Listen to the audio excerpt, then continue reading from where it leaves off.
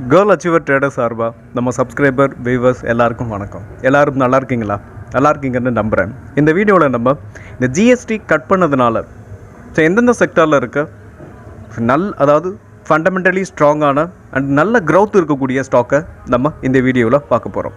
So முக்கியமாக பார்த்தீங்கன்னா அதாவது செக்டார் அப்படின்னு பார்க்கும்போது consumer durable, paper, stationery, auto, 2 wheeler or 4 wheeler, next பார்க்கும்போது எஃப்எம்சிஜி, அப்புறம் சிமெண்ட்.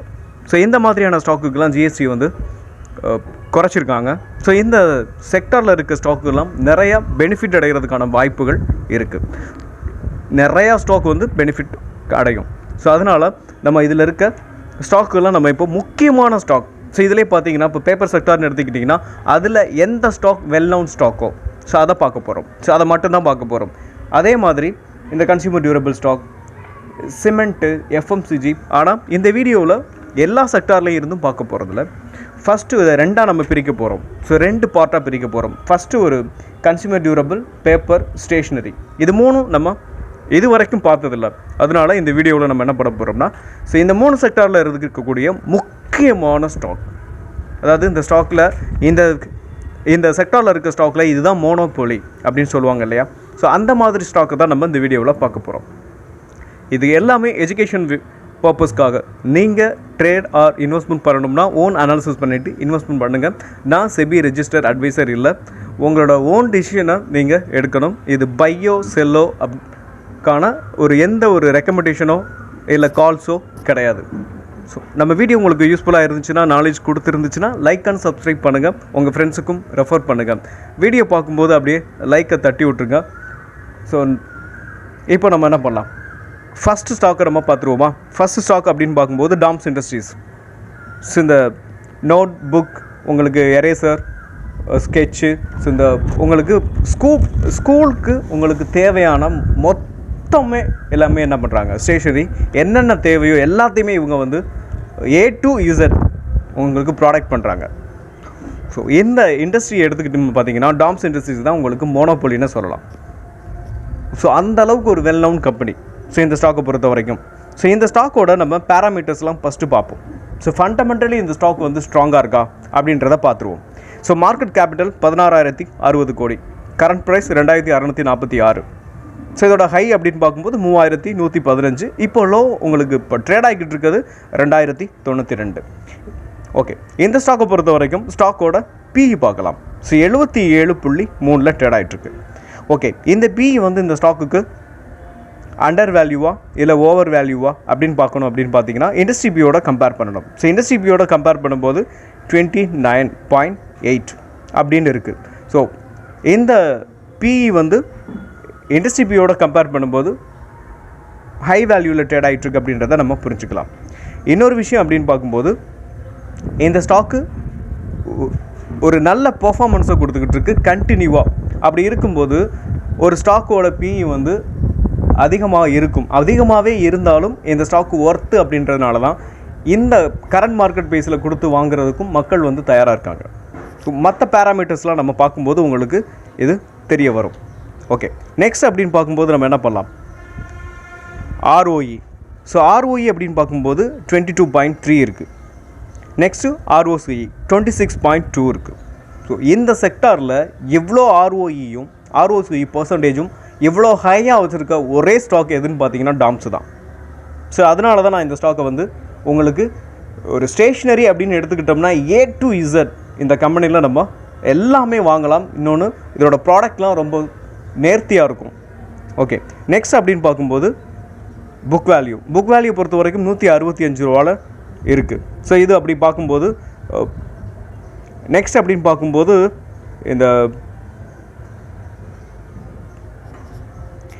இதோட ஃபேஸ் வேல்யூ 10 ரூபா.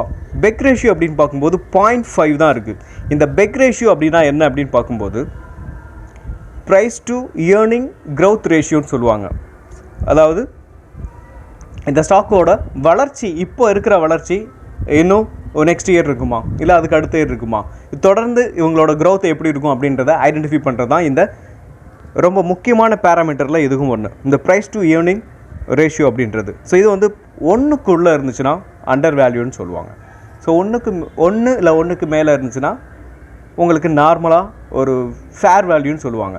ஸோ ஒன்றுக்கு மேலே, அதாவது 1லேருந்து 2க்கு மேலே அப்படி இருந்துச்சுன்னா ஓவர் வேல்யூன்னு சொல்லுவாங்க. ஸோ அப்படி பார்க்கும்போது இந்த ஸ்டாக்கை என்னை பொறுத்த வரைக்கும் இது அண்டர் வேல்யூடு தான் உங்களுக்கு ட்ரேட் ஆகிட்டுருக்கு. நெக்ஸ்ட் அப்படின்னு பார்க்கும்போது டெப்ட் டு ஈக்விட்டி. ஸோ டெப்ட் அப்படின்னு பார்க்கும்போது இதுக்கு 0.21 இருக்குது. ஸோ இது ஒரு கம்மியான ஒரு கடன் தான் இந்த கம்பெனியை பொறுத்த வரைக்கும் இருக்குது. ஸோ டெப்ட் டு ஈக்விட்டி அப்படின்னு பார்த்தீங்கன்னா 1க்குள்ளே இருந்தால் அண்டர் வேல்யூ, அதாவது நல்ல ஸ்டாக், கடனே இல்லாத ஸ்டாக்குன்னு அர்த்தம். ஸோ 1க்கு மேலே இருந்தால் உங்களுக்கு ஆவரேஜாக மாடரேட்டாக இருக்குது. 3க்கு மேலே இருந்துச்சுன்னா அந்த கம்பெனி நம்ம கடன் அதிகமாக இருக்கக்கூடிய கம்பெனியை நம்ம பை பண்ணோம்னா நமக்கு ஒரு க்ரோத்தே கிடைக்காது. அவங்க எவ்வளோ தான் அவங்க ப்ராஃபிட் பண்ணாலும் என்ன ஆயிரும், ஸோ அவங்களோட கடனை கட்டுறதுக்கு அவங்களுக்கு கிட்டத்தட்ட அவங்களோட ப்ராஃபிட் க்ரோத் குறையும்.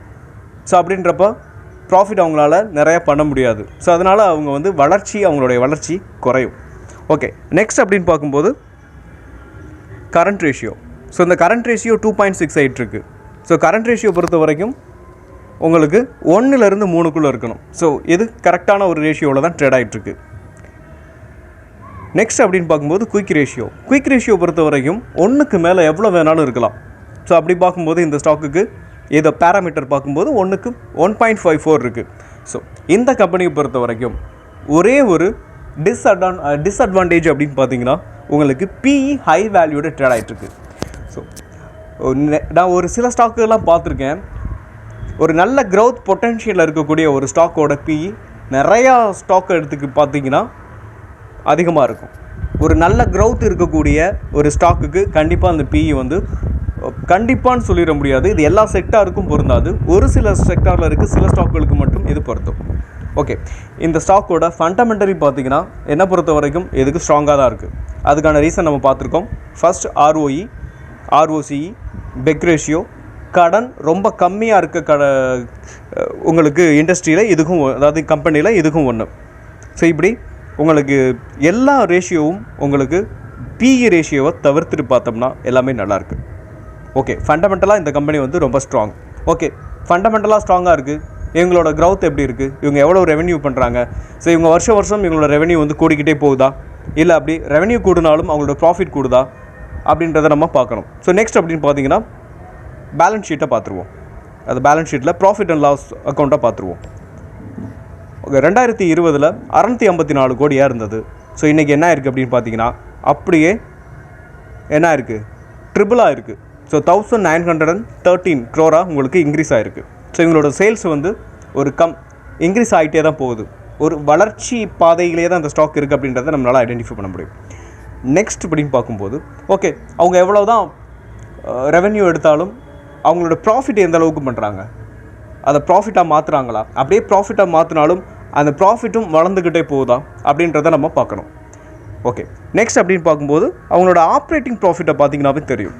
ஸோ 76 இப்போது என்ன இருக்குது, 76 கோடியிலேருந்து 361 கோடியாக இருக்குது. ஒரு அபரிதமான வளர்ச்சியை இந்த ஸ்டாக் உங்களுக்கு கொடுத்துருக்கு. நெக்ஸ்ட் அப்படின்னு பார்க்கும்போது நம்ம என்ன பண்ணலாம், இதோட நெட் ப்ராஃபிட்டை பார்க்கணும். நெட் ப்ராஃபிட் அப்படின்னு பார்க்கும்போது 38 crore அங்கே ஆரம்பிச்சிருந்த ஸ்டாக்கு இப்போது கரண்ட்டாக பார்த்தீங்கன்னா 218 கோடிக்கு வந்திருக்கு. ஸோ எந்த அளவுக்கு வளர்ச்சியை கொடுத்துருக்குன்னு பாருங்கள் இந்த ஸ்டாக். அதே மாதிரி இபிஎஸ்ஸையும் எடுத்துக்குவோமே. இபிஎஸ் இந்த ஃபஸ்ட்டு 967 அப்படின்றது இது என்ன, இதை நம்ம எடுத்துக்கிற முடியாது. ஏதாவது எக்ஸ்ட்ரா ஏதாவது அதர் இன்கம் வந்திருக்கும்னு நினைக்கிறேன். நெக்ஸ்ட்டு பார்த்தீங்கன்னா அதுக்கு அடுத்த இயரில் 184 கோடி மைனஸில் இருந்த இந்த ஸ்டாக்கு இப்போது என்ன இருக்குது, அதாவது இதோட இபிஎஸ் ஃபஸ்ட்டு 967 இருக்குது, நெக்ஸ்ட்டு 184 இருக்குது, அதுக்கப்புறம் 385 இருக்குது, அப்புறம் 2572 இருக்குது, இப்போ லாஸ்ட்டாக 3 இயர்ஸாக பார்த்தீங்கன்னா 25, 33, 34 இருக்குது. ஸோ இந்த 3லையும் ஏதோ ஒன்று நடந்திருக்கு. என்ன அப்படின்னு பார்க்கும்போது ஒன்று அதர் இன்கம் நிறையா வந்திருக்கணும். அவங்களோட ப்ராப்பர்ட்டிஸ் அசட்ஸ் ஏதாவது அவங்க செல் பண்ணியிருப்பாங்க. ஸோ அதையும் கொண்டு இதோட ஆட் பண்ணியிருப்பாங்க. ஸோ அதனால தான் இந்த மாதிரியான ஒரு இவ்வளோ வித்தியாசம் வந்திருக்கு. ஸோ லாஸ்ட் 3 இயர்ஸை பார்த்தீங்கன்னா 25 உங்களுக்கு இபிஎஸ் இருக்குது, நெக்ஸ்ட்டு 33, 34 இருக்குது. ஸோ அவங்களோட இபிஎஸும் வளர்ந்துக்கிட்டே இருக்குது. ஸோ ஃபண்டமெண்டலாகவும் உங்களுக்கு இந்த ஸ்டாக் வந்து ஸ்ட்ராங்காக இருக்குது. நெக்ஸ்ட்டு பார்த்தீங்கன்னா அவங்களோட பேலன்ஸ் ஷீட், ரெவென்யூ வருஷம் என்ன இருக்குது, வளர்ந்துக்கிட்டே போகுது. அதுக்கு தகுந்த மாதிரி அவங்களோட நிகர லாபமும் வளர்ந்துக்கிட்டே போகுது. அவங்களோட இபிஎஸ் அதுவும் என்ன இருக்குது, வளர்ந்துக்கிட்டே போகுது. இப்படி எல்லாம் இந்த ஸ்டாக்கை பொறுத்த வரைக்கும், ஒவ்வொரு ஸ்டாக்கை பொறுத்த வரைக்கும் அதோட ஃபண்டமெண்டல் ரொம்ப ஸ்ட்ராங்காக இருக்கணும். அதே மாதிரி அவங்களோட க்ரௌத்தும் இருக்கணும். அவங்களோட ரெவென்யூ கூடிக்கிட்டே போகணும், ப்ராஃபிட் கூடிக்கிட்டே போகணும். ஸோ ப்ரொமோட்டர் ஹோல்டிங் மட்டும் இப்போ நம்ம லாஸ்ட்டாக பார்த்துரும். இவங்களுக்கு வந்து கடன்றது ரொம்ப கம்மியாக தான் இருக்குது. பேலன்ஸ் ஷீட்டை பார்த்தீங்கன்னா உங்களுக்கு தெரியும். ஸோ பேலன்ஸ் ஷீட் அப்படின்னு பார்க்கும்போது ரிசர்வ் பாருங்கள் 942 கோடி இருக்குது. ஸோ பாரோவிங்ஸ் 212 கோடி தான் இருக்குது. அப்படி அவங்களோட ரிசர்வோட கம்பேர் பண்ணும்போது பார்த்தீங்கன்னா 212 கோடி தான் இருக்குது. கிட்டத்தட்ட ஒரு 5ல் 1 மடங்கு தான் என்ன இருக்குது, 1.5 மடங்கு தான் உங்களுக்கு அதிகமாக இருக்குது. நெக்ஸ்ட் அப்படின்னு பார்த்தோம்னா இவங்களோட ப்ரொமோட்டர் ஹோல்டிங் எவ்வளோ இருக்குது அப்படின்றத மட்டும் நம்ம இப்போது லாஸ்ட்டாக பார்த்துருவோம். ரொம்ப முக்கியமான ஒன்று. ஸோ ப்ரொமோட்டர் ஹோல்டிங் பொறுத்த வரைக்கும் 50% இருக்கணும்.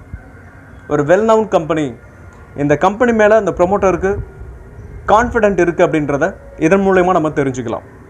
ஸோ அந்த அவங்க கம்பெனி மேலேயே அவங்களுக்கு கான்ஃபிடென்ட் இல்லைன்னா அவங்க என்ன பண்ணுவாங்க, கம்மியான ஒரு ப்ரொமோட்டர் ஹோல்டிங் தான் வச்சுருப்பாங்க. ஸோ அப்படி பார்க்கும்போது இந்த கம்பெனியை பொறுத்த வரைக்கும் 70% இருக்குது. அதாவது இவங்க என்ன பண்ணியிருக்காங்கன்னா 74 75 ஒரு 70 இருக்குது.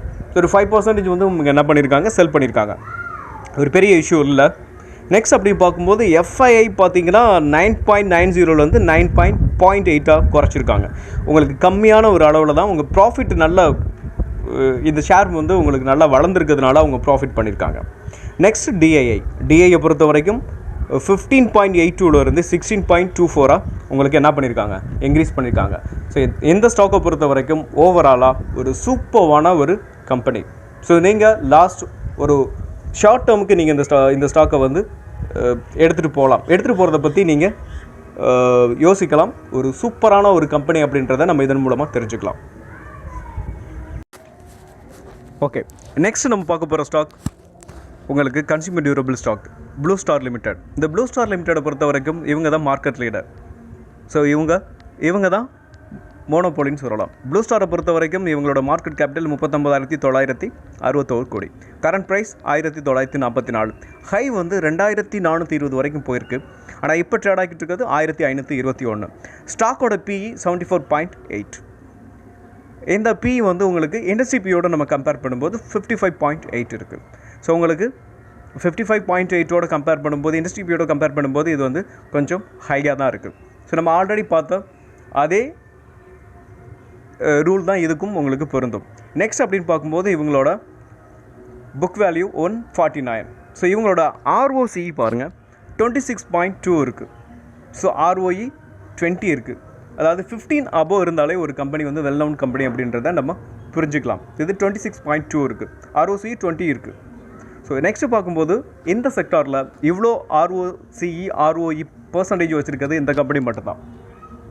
ஸோ அப்படின்னா என்ன, இவங்களுக்கு அந்தளவுக்கு ரெவென்யூ இருக்குது. இதை வச்சு நம்ம ஐடென்டிஃபை பண்ணிட முடியும். ஸோ உங்களுக்கு நெக்ஸ்ட் நம்ம ஸ்டாக்கை இல்லை நீங்கள் நிறைய ஸ்டாக்கை அனாலிசிஸ் பண்ணியிருந்தீங்கன்னா கண்டிப்பாக இது உங்களுக்கு அண்டர்ஸ்டாண்ட் ஆகும். ஒருவேளை இல்லை அப்படின்னாலும் நீங்கள் பிகினராக இருக்கீங்கன்னா நெக்ஸ்ட் நீங்களும் நிறைய ஸ்டாக்கை வந்து அனாலிசிஸ் பண்ணி பாருங்கள். ஸோ இந்த மாதிரி ஆர்ஓஇ ஆர்ஓசிஇ அதோட பர்சன்டேஜ் வைஸ் ஹையஸ்ட்டாக இருந்துச்சு அப்படின்னா அவங்களோட ரெவென்யூ அந்தளவுக்கு இருக்கும், ப்ராஃபிட் க்ரௌத்தும் இருக்கும். ஓகே, நெக்ஸ்ட் நம்ம இந்த ஸ்டாக் வந்து ஃபண்டமெண்டலி ஸ்ட்ராங் அப்படின்ற ஐடென்டிஃபை பண்ணுறதுக்கான first point ROCE and ROCE நல்லாயிருக்கு. நெக்ஸ்ட் அப்படின்னு பார்க்கும்போது புக் வேல்யூ வந்து 149 தான் இருக்குது. ஸோ இது கிட்டத்தட்ட இது வந்து 10 டைம்ஸ்க்கு மேலே என்ன இருக்குது உங்களுக்கு பிபி ரேஷியோ ஹையாக இருக்குது. ஸோ இது ஒரு வெல் நவுன் கம்பெனி, ஒரு மோனோபோலிக்கு இந்த மாதிரியான சில விஷயங்கள்லாம் இருக்க தான் செய்யும். நெக்ஸ்ட் நம்ம அப்படின்னு பார்க்கும்போது என்ன பார்க்கலாம், நெக்ஸ்ட் முக்கியமான ரேஷியோ அப்படின்னு பார்க்கும்போது பெக் ரேஷியோ பார்க்கணும், profit earning growth ratio. So இது வந்து ஸ்லைட்லி ஹையாக இருக்குது. ஸோ ஒன்றுக்குள்ளே இருந்துச்சு அப்படின்னா அது உங்களுக்கு சீப்பான ஒரு அது அண்டர் வேல்யூ ஸ்டாக்குன்னு அர்த்தம். ஸோ இது வந்து ஃபேர் வேல்யூவில் உங்களுக்கு ட்ரேட் ஆகிட்டுருக்கு. என்னை பொறுத்த வரைக்கும் இந்த ஸ்டாக் வந்து நெக்ஸ்ட்டு அடுத்தடுத்த உயரங்களை வந்து தொடப்போகுது அப்படின்னு தான் நான் சொல்லுவேன். நெக்ஸ்ட் அப்படின்னு பார்க்கும்போது நம்ம கரண்ட் ரேஷியோ கரண்ட் ரேஷியோ பொறுத்த வரைக்கும் 1க்கு மேலே இருக்கணும். ஸோ 1.19 இருக்குது. நெக்ஸ்ட்டு குயிக் ரேஷியோ பொறுத்த வரைக்கும் கம்மியாக இருக்குது. குயிக் ரேஷியோ பொறுத்த வரைக்கும் 1க்கு மேலே எவ்வளோ வேணாலும் இருக்கலாம். ஸோ இது 0.76% இருக்குது. ஓகே, ஒரு சில பேராமீட்டர்ஸ் வந்து உங்களுக்கு கொஞ்சம் அதாவது கம்மியாக இருந்தாலுமே இந்த ஸ்டாக்கை பொறுத்த வரைக்கும் ஒரு மோனோபோலி. ஸோ இந்த ஏசி இன்வெர்ட்டர், ஸோ இந்த செக்டாரில் இருக்க டாப் கம்பெனி அப்படின்னா இதுதான். அது மட்டும் இல்லாமல் உங்களோட ரெவென்யூலாம் நல்லாயிருக்கு. ஸோ நெக்ஸ்ட் நம்ம வந்து அந்த இதெல்லாம் பார்க்கலாம். ஸோ என்னை பொறுத்த வரைக்கும் இந்த கம்பெனி ஒரு ஃபண்டமெண்டலி ஸ்ட்ராங்கான ஒரு கம்பெனி அப்படின்றத நம்ம இதன் மூலிமா தாராளமாக தெரிஞ்சுக்கலாம். நெக்ஸ்ட் நம்ம இப்போ என்ன பண்ணலாம், இந்த கம்பெனியோட ப்ராஃபிட் லாஸ் பார்க்கலாம். ப்ராஃபிட் லாஸ் பார்க்கும்போது நமக்கு தெரியும் ஒரு கம்பெனியோட ஃபண்டமெண்டல் ஸ்ட்ராங்காக இருக்குது. நெக்ஸ்ட் அவங்களோட அதாவது ரெவென்யூ எந்த அளவுக்கு இருக்குது அப்படின்றத நம்ம பார்க்கலாம். ஸோ இந்த கம்பெனியை பொறுத்த வரைக்கும் 2014 2934 கோடி உங்களுக்கு என்ன பண்ணியிருக்காங்க, ரெவென்யூ எடுத்திருக்காங்க 1 இயரில். ஸோ அங்கேருந்து இந்த ஸ்டாக் பாருங்கள், 2900 3700 4300 அப்படியே 5. இப்போ கரண்ட்டாக பார்த்தீங்கன்னா 2025 11,968 கோடி. ஸோ அதாவது 3000 கோடியிலிருந்து இப்போது இது ட்ரேட் ஆகிட்டு இருக்குது 11,968 கோடியில் உங்களுக்கு அந்த அளவுக்கு ரெவென்யூ வந்து இன்க்ரீஸ் ஆகிருக்கு. 3000லேருந்து 12,000 ஒரு நல்ல க்ரோத்தை தான் இந்த ஸ்டாக் வந்து கொடுத்துருக்கு. ஒரு நல்ல பெர்ஃபார்ம் பண்ணியிருக்காங்க. ஸோ உங்களோட ரெவென்யூ உங்களுக்கு ஒரு எப்படி சொல்கிறது 4 மடங்குக்கு மேலே இன்க்ரீஸ் ஆகிருக்கு. ஓகே, இந்த கம்பெனி வந்து ரெவென்யூ கூடிக்கிட்டே போகுது, அந்தளவுக்கு profit operating profit margin increase ஆகுதா, இன்னொன்று நெட் ப்ராஃபிட் இன்க்ரீஸ் ஆகிருக்கா அப்படின்றத பார்க்கலாம். ஆப்ரேட்டிங் ப்ராஃபிட் மார்ஜின் அப்படின்னு பார்க்கும்போது 150லேருந்து இப்போ பாருங்கள் 835, அதாவது 150 கோடியிலேருந்து 835 கோடி இருக்குது. நெக்ஸ்ட் இவங்களோட ப்ராஃபிட்டை பார்த்துருவோமே. ப்ராஃபிட்டை பார்க்கும்போது 76 கோடியில் இருந்தது, இன்றைக்கி 78 கோடியில் இருந்த இந்த ஸ்டாக்கோட நெட் ப்ராஃபிட் இப்போ பார்த்தீங்கன்னா 591 கோடி இருக்குது. ஸோ எந்த அளவுக்கு இந்த ஸ்டாக் வந்து வளர்ந்துருக்கு அப்படின்றத நம்மளால் தெரிஞ்சுக்க முடியும். ஓகே, நெக்ஸ்ட் அப்படின்னு பார்க்கும்போது இபிஎஸ் பார்ப்போம். இபிஎஸை பொறுத்த வரைக்கும் 4.31, அதாவது ஒரு ஷேர் வந்து 4 ரூபா 31 பைசா சம்பாரிச்சிச்சு. இப்போ பார்த்தீங்கன்னா கரண்ட்டாக 26 ரூபா சம்பாதிக்குது. இந்த கம்பெனியோட ஒவ்வொரு ஷேரும் இப்போ சம்பாதிக்கிறது பார்த்தீங்கன்னா இதாவது இபிஎஸ் அப்படின்னா இயர்னிங் பர் ஷேர் அப்படின்னு சொல்லுவாங்க. இப்போ எந்த அளவுக்கு இந்த ஸ்டாக் வந்து உங்களுக்கு க்ரோத்தை கொடுத்துக்கிட்டு இருக்குது அப்படின்றத நம்மளால் ஐடென்டிஃபை பண்ண முடியும். நெக்ஸ்ட் இந்த ஸ்டாக்கை பொறுத்த வரைக்கும் இன்னும் பல உயரங்களை அடைய போகுது அப்படின்றதுல எந்த சந்தேகமும் இருக்க முடியாது. ஓகே, இந்த கம்பெனிக்கு கடன் இருக்கா அப்படின்றத ஒன்ஸ் பார்த்துருவோமே. என்னை பொறுத்த வரைக்கும் ரிசோர்ஸ்ன்னு பாருங்கள் 3024 கோடி. ஸோ பாரோவிங் 381 கோடி தான் இருக்குது. ஸோ அதோட கம்பேர் பண்ணும்போது இது ஒரு கடனே இல்லைன்னு தான் நம்ம சொல்லலாம். ஓகே, நெக்ஸ்ட்டு ரொம்ப முக்கியமான பாயிண்ட்டில் இன்னொரு பாயிண்ட் நம்ம பார்க்கணும், ப்ரொமோட்டர். ஸோ ப்ரொமோட்டர் ஹோல்டிங் எந்த அளவுக்கு இருக்குது அப்படின்றத நம்ம பார்த்துடலாம். ஸோ 36 இருக்குது, அதாவது 38 இருந்தது, இப்போ 36 இருக்குது. ஓகே, அதாவது 50 அப்படின்றது ஒரு டீசெண்டான ஒரு பர்சன்டேஜ் தான். ஆனால் இந்த ஸ்டாக்கை பொறுத்த வரைக்கும் ப்ரொமோட்டர் ஹோல்டிங் கொஞ்சம் டிக்ளைனாக இருக்குது. ஸோ இது ஒரு பெரிய இஷ்யூவை ஏற்படுத்தாது. ஏன்னா இவங்களோட பர்ஃபார்மன்ஸை இவங்க காட்டியிருக்காங்க. இந்த ஸ்டாக்கை பொறுத்த வரைக்கும் இவங்க ஒரு மோனோபோலி அப்படின்றப்போ நம்ம என்ன பண்ணலாம்னா தாராளமாக இந்த ஸ்டாக்கை நம்பி இந்த எஃப்ஐஐ பார்த்தீங்களா, ஸோ 16.21% இருக்குது. அதாவது மார்ச் குவார்ட்டர்லியோட கம்பேர் பண்ணும்போது கொஞ்சம் ஸ்லைட்லி குறைச்சிருக்காங்க. நெக்ஸ்ட் அப்படின்னு பார்க்கும்போது டிஐயை பொறுத்த வரைக்கும் 23.13 23.37 இன்க்ரீஸ் பண்ணியிருக்காங்க. ஸோ இந்த ஸ்டாக்கில் உங்களுக்கு டிஐஐ எஃப்ஐஐ ப்ரொமோட்டர் கொஞ்சம் கம்மியாகவே இருந்தாலும் இந்த ஸ்டாக்கை பற்றி நமக்கு எல்லாருக்குமே தெரியும். ஒரு நல்ல வெல் நவுன் கம்பெனி. அது மட்டும் இல்லாமல் இவங்க இருக்க செக்டாரில் இவங்க தான் லீடர். ஓகே, நம்ம நெக்ஸ்ட்டு வந்து ஒரு ஸ்டாக்கை பார்த்துருவோம். ஏன்னா இந்த ஸ்டாக்கை நம்ம வந்து பார்த்துட்டோம். இன்னும் ஒரு செக்டாரில் இருக்க, அதாவது பேப்பர் செக்டாரில் இருக்க இன்னும் ஒரு ஸ்டாக்கை மட்டும் பார்த்துட்டு நம்ம என்ன பண்ணலாம். ஸோ இந்த வீடியோவை கம்ப்ளீட் பண்ணிக்கிடுவோம். நெக்ஸ்ட்டு பேப்பர் செக்டாரில் இருக்க ஒரு நல்ல கம்பெனியை, அதாவது இந்த செக்டாரில் இருக்க ஸ்டாக்கை பொறுத்த வரைக்கும் ஜேகே பேப்பர் வரும். நெக்ஸ்ட்டு அப்படின்னு பார்க்கும்போது இன்னொரு கம்பெனி ஒன்று வரும். ஸோ அவங்க தான் முழுக்க பேப்பர் வந்து ப்ராடக்ட் பண்ணி செல் பண்ணுறாங்க. நான் இந்த ஸ்டாக்கை பொறுத்த வரைக்கும் இன்னும் சில திங்ஸ் எல்லாம் உங்களுக்கு ப்ராடக்ட் பண்ணுறாங்க. ஆனாலும் கூட இந்த செக்டாரில் இருக்க ஸ்டாக்குகளில் இதுதான் என்னை பொறுத்த வரைக்கும் ஒரு நல்ல க்ரோத்தை கொடுத்துக்கிட்டு இருக்க ஒரு ஸ்டாக். அதனால தான் நான் இந்த ஸ்டாக்கை உங்களுக்கு செலக்ட் பண்ணேன். ஓகே, இந்த புதம்ஜி பேப்பரோட நம்ம ஆல்ரெடி நம்ம வீடியோவில் இதுக்கு முன்னாடி போட்ட வீடியோவில் நம்ம பேசியிருந்திருப்போம். ஸோ டெக்னிக்கலாக எந்த அளவுக்கு இருக்குது நம்ம ஆல்ரெடி முன்னாடியும் கொடுத்துருக்கோம். ஓகே, இந்த ஸ்டாக்கோட ஃபண்டமெண்டல் எந்த அளவுக்கு இருக்குது அப்படின்றத நம்ம இப்போ பார்த்துக்கலாமா? மார்க்கெட் கேபிட்டல் அப்படின்னு பார்க்கும்போது 1220 கோடி, கரண்ட் ப்ரைஸ் 128. இதோட ஹையை பொறுத்த வரைக்கும் 232, லோ 90 வரைக்கும் போயிருக்கு. ஸ்டாக்கோட பிஇ 11.7. ஓகே, இந்த பிஇ வந்து இப்போ அண்டர் வேல்யூடா இல்லை ஓவர் வேல்யூடா அப்படின்னு பார்க்கலாம். ஸோ நெக்ஸ்ட் அப்படின்னு பார்க்கும்போது இண்டஸ்ட்ரி பிஇ 15.5 இருக்குது. இந்த 15.5 அப்படின்னு கம்பேர் பண்ணும்போது ஸ்டாக்கோட பிஇ வந்து கம்மியாகவே இருக்குது. ஓகே, நெக்ஸ்ட் அப்படின்னு பார்க்கும்போது அதாவது ஆர்ஓசியை பொறுத்த வரைக்கும் 22.4% இருக்குது. ஸோ இந்த 22.4% வந்து ஒரு சூப்பரான ஒரு பர்சன்டேஜ். மற்ற கம்பெனிங்க நான் எல்லாத்தையுமே பார்த்துட்டேன். ஸோ இவங்களோட அதாவது மற்ற கம்பெனிங்க எல்லாமே பேப்பர் செக்டரில் இருக்க மற்ற கம்பெனிங்க எல்லாமே இவங்களோட ஆர்ஓசிஇ இந்த ஜேகே பேப்பராக இருக்கட்டும், எஸ்ஆர்ஷாயு பேப்பராக இருக்கட்டும், அவங்களோட க்ரோத்லாம் நல்லா இருந்துட்டு இப்போ டிக்ளைன் ஆகிருக்கு. ஆனால் இவங்களோட க்ரோத்து மட்டும் குறையவே இல்லை. அதனால தான் நான் இந்த செக்டரில் இருக்க இந்த ஸ்டாக்கை நான் உங்களுக்கு சூஸ் பண்ணியிருக்கிறதுக்கான காரணமே இது தான். நெக்ஸ்ட் நம்ம ஆர்ஓசிஇ பார்த்துட்டோம். ஆர்ஓஇ 16.7 இருக்குது. அதாவது ஒரு வெல் நவுன் கம்பெனி அப்படின்னு எடுத்துக்கிட்டோம்னா 15க்கு அபோவ் ஆர்ஓஇ இருந்துச்சு அப்படின்னா அது வெல் நவுன் கம்பெனி அப்படின்றத நம்மளால் ஐடென்டிஃபை பண்ண முடியும். ஸோ இந்த ஸ்டாக்கை பொறுத்த வரைக்கும் த ப்ளஸ் அப்படின்னு பார்க்கும்போது அதாவது ஸ்டாக்கோட பிஇ உங்களுக்கு லோவாக இருக்குது. இண்டஸ்ட்ரி பியோட கம்பேர் பண்ணும்போது நெக்ஸ்ட்டு ஆர்ஓஇ நல்லாயிருக்கு, ஆர்ஓசிஇ நல்லாயிருக்கு. நெக்ஸ்ட் அப்படின்னு பார்க்கும்போது நம்ம என்ன பார்க்கணும் அப்படின்னு பார்த்தீங்கன்னா பெக் ரேஷியோ கண்டிப்பாக பார்க்கணும். ஸோ பெக் ரேஷியோ அப்படின்னா என்ன அப்படின்னு பார்க்கும்போது அதாவது price to earning growth ratio அப்படின்னு பார்க்கும்போது 1க்கு கீழே இருந்தால் அந்த ஸ்டாக் அண்டர் வேல்யூடு அப்படின்னு சொல்லுவாங்க. ஸோ இது இந்த ஸ்டாக்கை பொறுத்த வரைக்கும் 1க்கு கீழே இருக்குது. ஒரு முக்கியமான பேராமீட்டர்ஸ்லாம் இந்த ஸ்டாக்கை பொறுத்த வரைக்கும் எல்லாமே ப்ளஸில் தான் இருக்குது. நெக்ஸ்ட்டு பார்த்தோம்னா இவங்களோட இன்ட்ரின்சிக் வேல்யூ அந்தளவுக்கு நமக்கு தேவையில்லை. கரண்ட் ரேஷியோ அப்படின்னு பார்க்கும்போது 1லேருந்து 3க்குள்ளே இருக்கணும். ஏன் 3க்குள்ளே இருக்கணும் அப்படின்னு பார்த்தீங்கன்னா இந்த ஸ்டாக்கை பொறுத்த வரைக்கும் ஸ்லைட்லி அதிகமாக இருக்குது. இது ஒரு பெரிய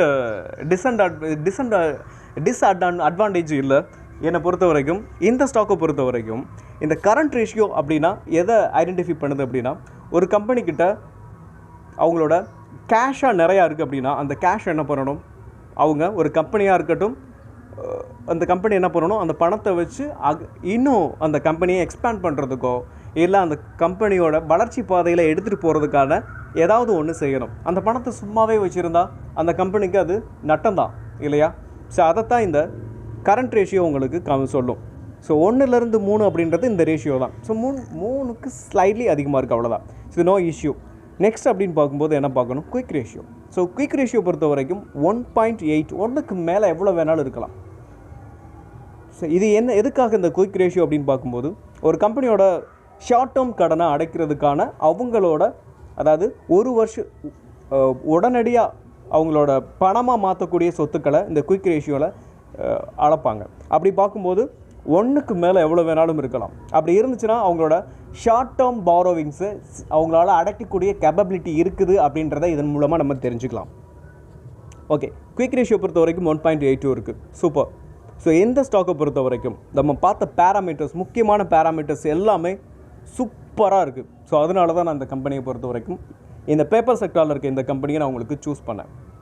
ஓகே, நெக்ஸ்ட்டு நம்ம ஃபண்டமெண்டலி இந்த ஸ்டாக் வந்து ஸ்ட்ராங் அப்படின்றத நம்மளால் சூப்பரான ஸ்டாக் அப்படின்றத நம்மளால் ஐடென்டிஃபை பண்ண முடியும்.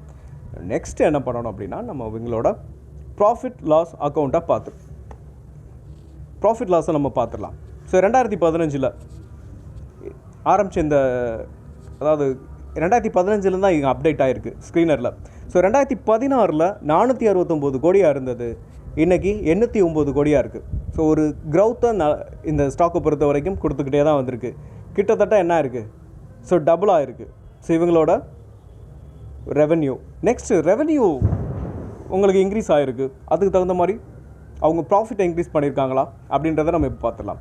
ஸோ ஆப்ரேட்டிங் ப்ராஃபிட்டை நம்ம பார்த்தோம் அப்படின்னா உங்களுக்கு தெரிஞ்சிடும். ஆப்ரேட்டிங் ப்ராஃபிட் அப்படின்னு பார்க்கும்போது 6% இருந்து இப்போ பார்த்தீங்கன்னா 15% இருக்குது. ஒரு கண்டினியூவாக ஒரு க்ரோத்தை கொடுத்துக்கிட்டு இருக்காங்க. ஆனால் லாஸ்ட் ஒரு மற்ற கம்பெனிக்கெலாம் பார்த்தீங்கன்னா அந்த ஆப்ரேட்டிங் ப்ராஃபிட் மார்ஜின் டவுன் ஆகிருக்கும். ஆனால் இந்த கம்பெனிக்கு மட்டும்தான் உங்களுக்கு என்ன இருக்குது, லாஸ்ட் ஒரு 2 இயர்ஸாகவே என்ன இருக்காங்க அப்படின்னு பார்த்தீங்கன்னா உங்களுக்கு மெயின்டைன் பண்ணிகிட்ருக்காங்க ஒரே 15%லேயே. ஸோ இதுவே இந்த கம்பெனி பொறுத்த வரைக்கும் ஒரு பெரிய வெற்றின்னு சொல்லுவேன் நான். ஏன்னா மற்ற கம்பெனிங்க எல்லாமே உங்களுக்கு டிக்ளைன் ஆகும்போது இந்த கம்பெனி ஸ்டேபிளாக இருக்குது அப்படின்னா அதுக்கு அந்த அளவுக்கு இந்த கம்பெனிக்கு பொட்டென்ஷியல் இருக்குது. ஸோ அவங்களோட ரெவென்யூ கூடிக்கிட்டே தான் இருக்குது அப்படின்றது தான் இது இண்டிகேட் பண்ணுது. நெக்ஸ்ட் உங்களோட ப்ராஃபிட்டை பார்த்துருவோம். நெட் ப்ராஃபிட் அப்படின்னு பார்க்கும்போது 10 கோடியாக இருந்தது, இன்றைக்கி 96 கோடியாக இருக்குது. 10 மடங்கு அதிகமாக இருக்குது. ஸோ அந்த அளவுக்கு ஒரு சூப்பரான ஒரு கம்பெனி. ஓகே, நெக்ஸ்ட் இபிஎஸ் பார்க்கலாம். 20 பைசாலேருந்து இந்த கம்பெனியை பொறுத்த வரைக்கும் 10 ரூபா இருக்குது. ஸோ எத்தனை மடங்கு உங்களுக்கு கூடி இருக்குன்னு பார்த்தீங்களா? பல மடங்கு அபரிதமான வளர்ச்சியை கொடுத்துருக்கு இந்த ஸ்டாக். ஓகே, நெக்ஸ்ட் நம்ம என்ன பண்ணலாம், கடன் இருக்கா அப்படின்றத நம்ம பார்த்துருவோம். ஸோ பாரோவிங்ஸ் இந்த ஸ்டாக் பொறுத்த வரைக்கும் டெட் ஃப்ரீ கம்பெனியா இல்லை பாரோவிங்ஸ் இருக்கா அப்படின்றத நம்ம இப்போ பார்த்துடலாம். ரிசர்வ் எவ்வளோ இருக்குது, 573.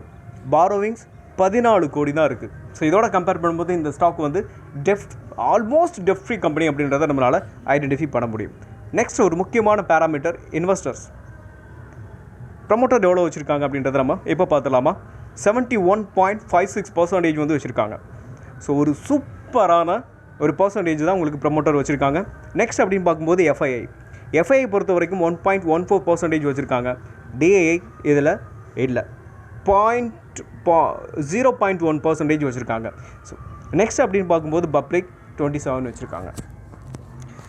என்னை பொறுத்த வரைக்கும் இந்த ஸ்டாக் ஃபண்டமெண்டலையும் சரி இல்லை அவங்களோட பேலன்ஸ் ஷீட், ப்ரமோட்டர் ஹோல்டிங், ஒரு வெல் நவுன் கம்பெனி அப்படின்றத நம்ம என்ன பண்ண முடியும், ஸோ இதிலேருந்து ஐடென்டிஃபை பண்ண முடியும். ஒரு வளர்ச்சியை நோக்கி இந்த ஸ்டாக் வந்து போயிட்டுருக்கு. இன்னும் ஒரு என்னை பொறுத்த வரைக்கும் ஒரு அற்புதமான ஸ்டாக்குகளை இதுக்கும் ஒன்று. ஓகே, இந்த வீடியோ பொறுத்த வரைக்கும் நம்ம ஒரு 3 மோனோபோலியை பார்த்துருக்கோம்.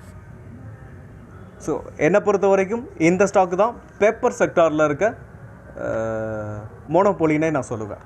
ஓகே, மீண்டும் ஒரு நல்ல வீடியோவில் உங்களை சந்திக்கிறேன்.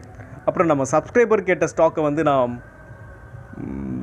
நாளைக்கு வீடியோவில் கன்ஃபார்மாக நான் உங்களுக்கு அப்லோட் பண்ணுறேன். இல்லை அப்படின்னா இன்றைக்கி ஈவினிங் ஏதாவது ஒரு வீடியோ என்னால் முடிஞ்சுன்னா